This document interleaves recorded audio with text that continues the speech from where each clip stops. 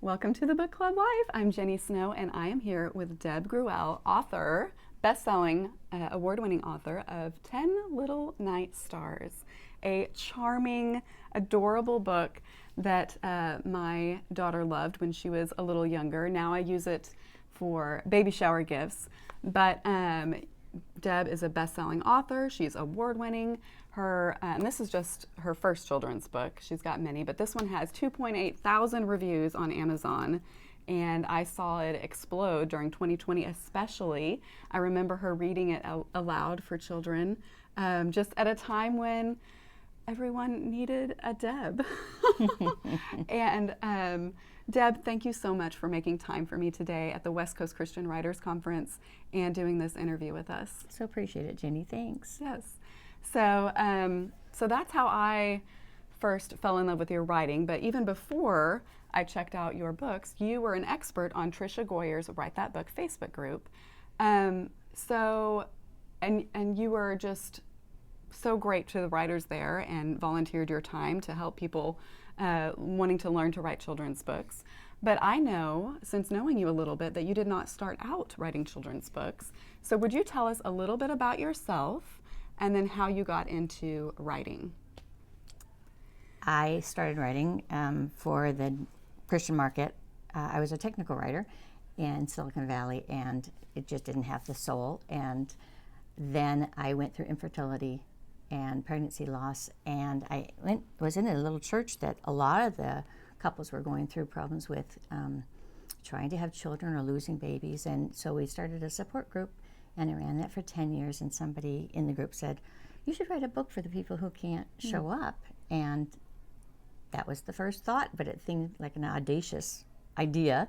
But I was able to write that book, and it was purchased at a writers' conference. And what was the name of that? And that book is called Aching for a Child. That's awesome. So that's how you started in writing. So you had an experience with infertility? It was 17 years. Wow. It took us 7 years to have our first child, and then he was an only child for 10 years. Okay. And then we adopted a daughter from China, and the same summer was able to give birth to my second child. Wow. And so we have 2 sons and a daughter. So just imagining that, I haven't gone through that, but I have friends that have. I can just imagine the heartache and also the joy. Can you tell us what God taught you, or how he pulled you through that and carried you during that time? And do you have any advice for somebody who's going through that? It was a real struggle, because I think I was taught that that was the way I could please God the most, was to be a mom. Oh, wow. And so it was identity mixed in with that, and I really learned through staying, wrestling with God, that he loved me no matter what, and that my calling was to be identified as his child. And it didn't matter as much the roles. It still hurt, because I really wanted to be a mom and loved being a mom.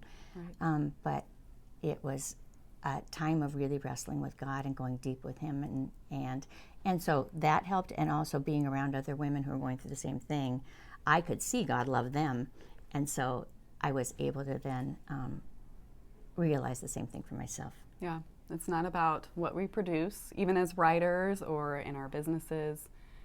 Our value is just as his daughter. Yeah. He created us, he loves us, and we're valuable to him aside from what we produce in this life. Yeah.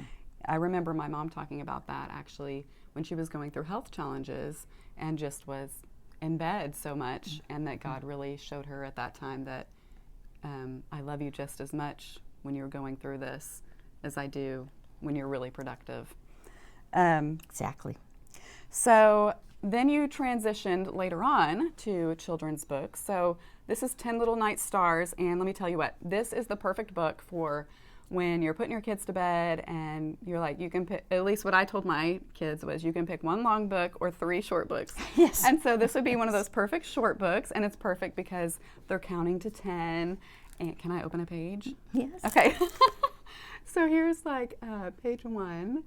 And so they're counting to 10, and it's little animals with their mom or dad going through the bedtime routine. So each page is like the turn of another bedtime routine. It also rhymes, and there's another night star that appears in the sky with each one. And I love the bedroom, like the illustrations, like there's different things on different windowsills and different makeups of kids' rooms.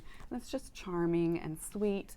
And I actually also love one of the pages has bedtime prayers, and I think that's so sweet in children's books that it used to be a classic thing that all not like bedtime prayers. Everybody does that, and so it's just beautiful to see. And I love the illustrations and the rhyming. How did you get into children's books? I wrote this book when my dad died. I came back for his funeral, and we were staying at my mom's, and it was just heavily weighing on me. And my son, my youngest, was 1 at that time, so we stepped out front to take a breath, and I had him on my hip and looked up at the sky, and I was missing my dad, and he just was such a rock and just gave such a sense of security. And I thought, I need to step into that role and do that for my kids, and such huge shoes to fill. And I just looked up at the sky and saw one star appear. Wow. And so pointed to it, said, "Look, honey," to Matthew, one little night star. And that became the first line of the book. So I'm going to read the back cover. One little night star, twinkling in deep blue. I run inside to take my bath. Then there are 2. And that's just, it's so charming. I love that. And also, you are related to somebody famous, a famous children's author. Why don't you tell us about that? And before she tells us, I forgot, Deb offered to do a giveaway for her book, The 10 Little Night Stars. So if you will go to Jenny Snow /10 Little Night Stars to enter. I'll also put the link right here on the podcast, YouTube, Instagram, Facebook page where we're posting this. I'd love to do that. Yes, I am related to Johnny Gruelle, who created Raggedy Ann and Andy and wrote those books, and we share a grandfather, a great-grandfather. And so even though I grew up hearing his stories and I love the whimsy of them, I never thought, it still seemed far outside my range to write children's books, but I'm really thrilled. So will you tell us, for the writers out there, a couple of hills and valleys of your publishing journey? Was it just like a rocket ship, which some people have, that story, or was it more bumpy? The infertility book sold right away. And this one, though, I wrote, and then I think I tried to sell it to a couple places, and it didn't sell, so I put it in a drawer and left it there for 16 years. Wow. And then I went to another writers' conference and was I was sharing a proposal for a really heavy nonfiction book, and you could submit 2 manuscripts. And I thought, oh, I have that children's book in the drawer that's been there for 16 years. Why don't I put that in too? And that's the one that sold. Wow. Okay. And did you get an offer right at that conference, or was it later on? No, it happened to be a big children's publisher was at that conference, and I didn't even recognize that. And she said she was interested but it had to go through a committee, and then they gave me an offer after that. That is really neat. So this was your first children's book. You have 2 others currently out. What are those titles? The second one is Sleepy Time Colors, so it teaches kids colors as they're choosing their jammies and going to bed. And is that a Lift the Flap book? Okay, yes. I thought I remembered that. Yes, it teaches them colors. And then the third one is 10 Little Fireflies, and it teaches counting backwards from 10 to 1. Okay. And I just love fireflies. We don't have them in California, and I think they're magical. So when I go visit friends that have them, I ooh and all over them. So it was really fun to write that book. Yes, my son loves to try to catch them. We don't see them often enough for him to actually catch them, but they're just magical to see. Just little gleaming light for a moment, and then it's gone, and where did it go? Amazing. I love that. I was able to do a lot of research learning about, you use the lights to signal mates and things like that. So I got to put that into children's words to say they shine. So is there a little bit of I love science you. in there? Well, they shine their light to say I love you. Yeah. Or just learning about animals and insects and fireflies. Well, that's really neat. So when I interview an author, I like to do questions about life. So since you're a children's book author, can you tell us something that you know now that you wish you knew when you were a new mom? Or you could tell us something that some advice that someone gave you when you were a young mom that really helped you. I wonder if maybe some of this, I'm somebody who feels overly responsible for life and all the people around me, and I'm learning to walk a little lighter with that. But I felt very responsible. Waiting for these kids for so long too. Right. I had to be the There's best, my child. perfect mom. Yes. But I wish I had known that it's the little things, just like having a regular bedtime routine, that I was looking for, give my kids security, what big, huge thing do I need to do? And it's just a little, repeating traditions they like and little steps along the way build up that sense of security in your kids. That makes sense. Their sense of how the world should or can be, how it is for them, and they can count on it. That's their bedtime routine. This is what we do in our family. Yes. So that sense of identity as a family. And they can know, I can anticipate this is what comes next. Oh, I love that. That's really good. What is your advice for somebody who says, I have a children's book, I would like to be a writer? Where should they start? Well, first we heard a great editor talk about thinking of the parents. So wanting to write short books because you get to make the parents a hero if they read 2 books. That's our light just went out. That's so weird. But you know what? I can still see, and we are thankfully in front of a window. We're at a quiet little corner at the West Coast Christian Writers Conference. So we're just going to keep going. Okay. We have one little daytime star shining on us. The other advice I always give is go to a conference, because that's how you can get to know other writers. And a critique group is great because you can get other eyes on your manuscript, and they can give you just need that before you send to an agent or an editor. And I would even add on a critique group that has an experienced author there. That was a huge difference for me. One of the experienced authors there offered to help me critique my thing before I sent it out to Chicken Soup for the Soul, and so his advice was really good. And also, so thank you, Henry McLaughlin, thank you, LaWanda Bailey, and thank you, Christina Weeks, for inviting me in the first place. But find a critique group, go to a writer's conference, and then find somebody who knows a little bit more than you do, so you're getting good advice and not just because everybody's got advice about everything. All right. So when I was preparing for this interview, I was looking on your website because, I've read your books, but I wanted to know just a little bit more about you. And I saw that we have a common love for A21 ministry in common. So every time you sell 10 Little Night Stars, some of the proceeds go to A21. Yes. So how did you get connected with them, and what is A21, and what do they do?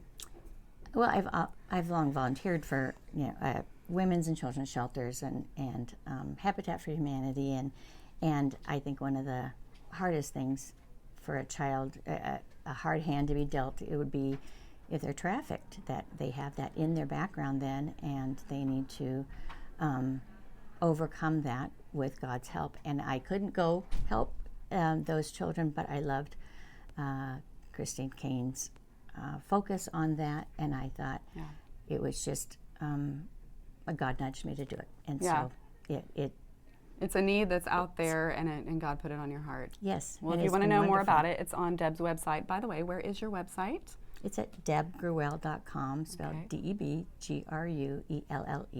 Yes, All right, very good.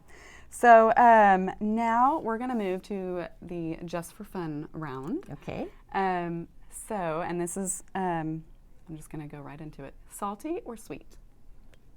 Sweet, but sometimes both. Okay, me too. I like my potato chips, and I like my dark chocolate almonds, and I like my chocolate truffles. But yeah, not too often. What do you have a favorite? Well, just, it's caramel corn with salt. Okay, Yeah. caramel corn, It's both in one salty sweet, snack. yeah. Yes. An author you love because why? So I'm going to say the one I just finished reading was Richard Osman, and the name of it, We Solve Murders, I think. Ooh, and okay. It's a general market book, but I love his sense of humor. Okay, so suspense novelist. Yes. All right, awesome. We will put a link for that in the show notes. Great. Okay. A favorite children's book that is not your own?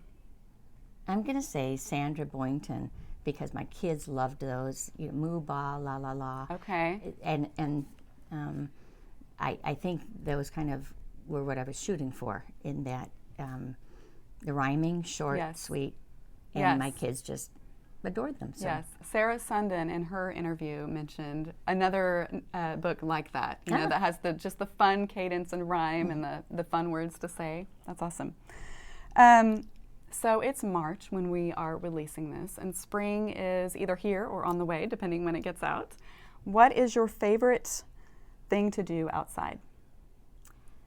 I love to write outside on my back porch swing, and I have it set up that I can extend the seasons. In California, I have more of a chance of it, but I have electricity from my computer out to that swing, and I have an electric blanket that I can plug in, and yes. so I just love watching things bloom, and I like to garden, and so being in nature while writing, I just love that. So you said you like to garden. What do you plant? This year I planted lots of tomatoes, and okay. it's November, and I'm still gathering handfuls of them every week. Okay, wow, like twice a awesome. week. I used to garden. I say that my husband and kids used to garden, and I would help out a little bit. But we can't do that anymore in our new house. But I love to eat vegetables from the garden. It tastes wonderful. Okay, so also spring cleaning. What is your least favorite spring cleaning chore? I recently had to clean out my garage, including putting in new shelves, and it was terrible. So I would say that. Cleaning out the garage? Yeah, cleaning out the garage. Mine, year-round, no matter when, is going to the grocery store. I don't know why. I don't like going to the store. So anytime my husband goes to the grocery store for me is a win. I don't even care if he doesn't get all the stuff. If he gets 80% of it, I'll deal with that. Well, thank you, Deb, for being on the show. And where you said people can find you at debgruelle.com. Mm-hmm. Okay. And do not forget to enter the giveaway for 10 Little Night Stars. So www.jennysnow.net, nothing but net, /10 Little Night Stars, and you can enter there. And your kids are going to love this book, your grandkids, and it's also perfect for baby showers. All right. Y'all have a great March.